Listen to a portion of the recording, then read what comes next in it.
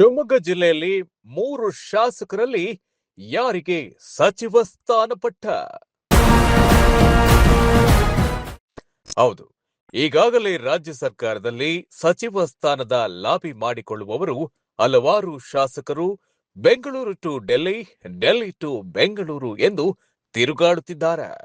ಅದರಲ್ಲೇ ಶಿವಮೊಗ್ಗ ಜಿಲ್ಲೆಯಲ್ಲಿ ಕಾಂಗ್ರೆಸ್ನಿಂದ 3 ಶಾಸಕರಲ್ಲಿ ಯಾರಿಗೆ ಸಚಿವ ಸ್ಥಾನದ ಪಟ್ಟ ಸಿಗುತ್ತದೆ ಎಂದು ಶಿವಮೊಗ್ಗ ಜಿಲ್ಲೆಯ ಮತದಾರರಲ್ಲಿ ಕುತೂಹಲ ಹೆಚ್ಚಾಗಿದೆ. ಬಿಕೆ ಸಂಗಮೇಶ್ ಅವರು ಭದ್ರಾವತಿ ಕ್ಷೇತ್ರದಿಂದ 6 ಬಾರಿ ಸ್ಪರ್ಧೆ ಮಾಡಿ 2 ಸೋಲನ್ನ ಕಂಡುಕೊಂಡು 4 ಬಾರಿ ಗೆಲುವು ಸಾಧಿಸಿ ಭದ್ರಾವತಿಯನ್ನ ಕಾಂಗ್ರೆಸ್ ಭದ್ರಕೋಟೆಯನ್ನಾಗಿ ಮಾಡಿಕೊಂಡಿದ್ದಾರೆ. ಇವರಿಗೆ ಇದುವರೆಗೂ ಯಾವುದೇ ಸಚಿವ ಸ್ಥಾನ ಸಿಕ್ಕಿಲ್ಲ. ಒಂದು ಪಕ್ಷ ಸಚಿವ ಸ್ಥಾನಕ್ಕೆ ಪೈಪೋಟಿ ಮಾಡಿದರೆ ಸಂಗಮೇಶ್ ಅವರನ್ನ ಹೈಕಮಾಂಡ್ ಮುಂದಿನ ದಿನಗಳಲ್ಲಿ ಕಾಂಗ್ರೆಸ್ ಪಕ್ಷದಿಂದಲೇ ಸಂಗಮೇಶ್ ಅವರ ಮಗನಾದ ಗಣೇಶ್ ಅವರಿಗೆ 2028ರ ಚುನಾವಣೆಯಲ್ಲಿ ಭದ್ರಾವತಿ ಕ್ಷೇತ್ರ ಕಾಂಗ್ರೆಸ್ನಿಂದ ಟಿಕೆಟ್ ನೀಡುವ ಭರವಸೆ ನೀಡಿ ಸುಮ್ಮನಿರಿಸುತ್ತಾರೆ ಎಂದು ಸಾರ್ವಜನಿಕವಾಗಿ ಚರ್ಚೆಯಾಗುತ್ತಿದೆ. ಮತ್ತು ಸಂಗಮೇಶ್ ಅವರ ಆಸೆಯೂ ಕೂಡ ಅದೇ ಆಗಿದೆ.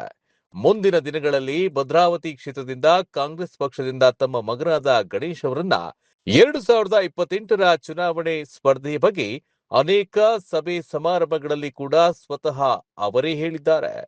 ಅವರ ರಾಜಕೀಯ ನಿವೃತ್ತಿ ಬಗ್ಗೆಯೂ ಕೂಡ ಸಾರ್ವಜನಿಕವಾಗಿ ಚರ್ಚೆಯಾಗುತ್ತಿದೆ.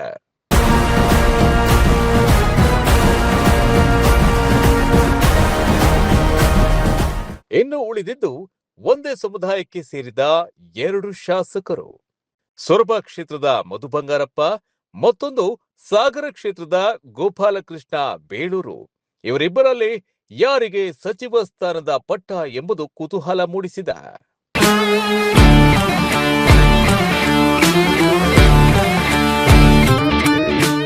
ಮಧು ಬಂಗಾರಪ್ಪನವರು ಕೂಡ ಸೊರಬ ಕ್ಷೇತ್ರದಿಂದ ಮೊದಲ ಬಾರಿಗೆ ಬಿಜೆಪಿ ಪಕ್ಷದಿಂದ ಸ್ಪರ್ಧೆ ಮಾಡಿ ಸೋಲನ್ನ ಅನುಭವಿಸಿದ ನಂತರ ಸಮಾಜವಾದಿ ಪಕ್ಷ ಸೇರ್ಪಡೆಯಾಗಿ ಅಲ್ಲಿಯೂ ಸೋಲುಕೊಂಡು ನಂತರ ಜೆಡಿಎಸ್ ಪಕ್ಷದಿಂದ 2 ಬಾರಿ ಸ್ಪರ್ಧೆ ಮಾಡಿ 1 ಬಾರಿ ಗೆಲುವನ್ನ ಕಂಡುಕೊಂಡು ನಂತರ ಜೆಡಿಎಸ್ ಪಕ್ಷವನ್ನ ತೊರೆದು ಕಾಂಗ್ರೆಸ್ ಪಕ್ಷಕ್ಕೆ ಸೇರ್ಪಡೆಯಾಗಿ ಕಾಂಗ್ರೆಸ್ನಿಂದ 2023ರ ಚುನಾವಣೆಯಲ್ಲಿ ಸ್ಪರ್ಧೆ ಮಾಡಿ ಗೆಲುವು ಸಾಧಿಸಿ ಸಚಿವ ಸ್ಥಾನದ ಪಟ್ಟ ಗಿಟ್ಟಿಸಿಕೊಂಡು ರಾಜ್ಯದ ಶಿಕ್ಷಣ ಸಚಿವರಾಗಿ ಶಿವಮೊಗ್ಗ ಜಿಲ್ಲೆಯ ಉಸ್ತುವಾರಿಯಾಗಿ ಕೆಲಸ ಮಾಡಿದ್ದಾರೆ.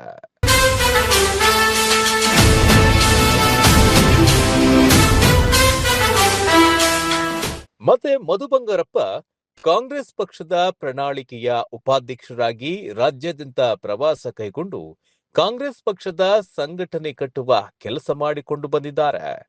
ರಾಜ್ಯದಲ್ಲಿ ಮಾಜಿ ಮುಖ್ಯಮಂತ್ರಿ ಎಸ್ ಬಂಗಾರಪ್ಪನವರು ರಾಜ್ಯದಲ್ಲಿ ಅವರದೇ ಆದ ಅಭಿಮಾನಿ ಬಳಗ ಹೊಂದಿದ್ದಾರೆ. ಬಂಗಾರಪ್ಪನವರಂತೆ ಮಧು ಬಂಗಾರಪ್ಪನವರಿಗೂ ಕೂಡ ರಾಜ್ಯದಲ್ಲಿ ಅವರದೇ ಆದ ಅಭಿಮಾನಿ ಬಳಗ ಇದೆ. ಬಹಳ ಮುಖ್ಯವಾಗಿ ಎಲ್ಲ ಸಮುದಾಯದವರನ್ನ ಒಟ್ಟಿಗೆ ತೆಗೆದುಕೊಂಡು ದಿವಂಗತ ಮಾಜಿ ಮುಖ್ಯಮಂತ್ರಿ ಎಸ್ ಬಂಗಾರಪ್ಪನವರು ಯಾವ ರೀತಿ ಜನರೊಂದಿಗೆ ಸಮಾಜಮುಖಿಯಾಗಿ ಬದುಕಿದ್ರು ಅದೇ ರೀತಿ ಈಗ ಮಧು ಬಂಗಾರಪ್ಪನವರು ಕೂಡ ಎಲ್ಲ ಜಾತಿ ಧರ್ಮದವರನ್ನ ಒಗ್ಗೂಡಿಸಿಕೊಂಡು ಒಟ್ಟಿಗೆ ಎಲ್ಲರನ್ನ ತೆಗೆದುಕೊಂಡು ಹೋಗುತ್ತಿದ್ದಾರೆ ಎನ್ನಲಾಗುತ್ತಿದೆ. ಇದನ್ನೆಲ್ಲ ಪರಿಗಣಿಸಿ ಕಾಂಗ್ರೆಸ್ ಹೈಕಮಾಂಡ್ ಮಧು ಬಂಗಾರಪ್ಪನವರನ್ನ ಮತ್ತೆ ಸಚಿವ ಸಂಪುಟಕ್ಕೆ ಸೇರ್ಪಡೆಗೆ ಮನಸ್ಸು ಮಾಡುತ್ತದೆಯೋ ಅಥವಾ ಇಲ್ಲವೋ ಅನ್ನುವುದು ಕೂಡ ಕುತೂಹಲ ಮೂಡಿಸಿದೆ.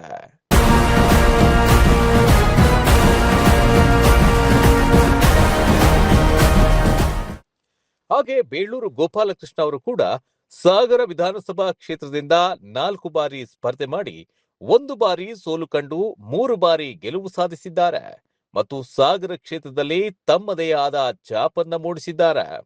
ಗೋಪಾಲಕೃಷ್ಣ ಬೇಳೂರು ಅವರು ಕೂಡ ಮಾಜಿ ಮುಖ್ಯಮಂತ್ರಿ ಎಸ್ ಬಂಗಾರಪ್ಪನವರ ಗರಡಿಯಲ್ಲಿ ಬೆಳೆದವರು. ಈಗ ಇವರು ಕೂಡ ಮಂತ್ರಿ ಸ್ಥಾನದ ಪ್ರಬಲ ಆಕಾಂಕ್ಷಿಯಾಗಿದ್ದಾರೆ. ಶಿವಮೊಗ್ಗ ಜಿಲ್ಲೆಯ ಈ 3 ಶಾಸಕರಲ್ಲಿ ಯಾರಿಗೆ ಸಚಿವ ಸ್ಥಾನ ಸಿಗುತ್ತದೆ ಎಂದು ಮುಂದಿನ ದಿನಗಳಲ್ಲಿ ಕಾದು ನೋಡಬೇಕಾಗಿದೆ. ಯಾರೇ ಸಚಿವರಾದರೂ ಮತದಾರರಿಗೆ ಕೊಟ್ಟ ಭರವಸೆಗಳನ್ನ ತಮ್ಮ ಕ್ಷೇತ್ರದಲ್ಲಿ ಕೆಲಸ ಮಾಡುವ ಮುಖಾಂತರ ಭರವಸೆಗಳನ್ನ ಈಡೇರಿಸಲಿ ಎಂಬುದೇ ನಮ್ಮ ಜನತಾ ಮೀಡಿಯಾದ ಮನವಿಯಾಗಿದೆ. ವಿಜಯ್ ಗೋಳಿ, ಜನತಾ ಮೀಡಿಯಾ, ಸೊರಬ.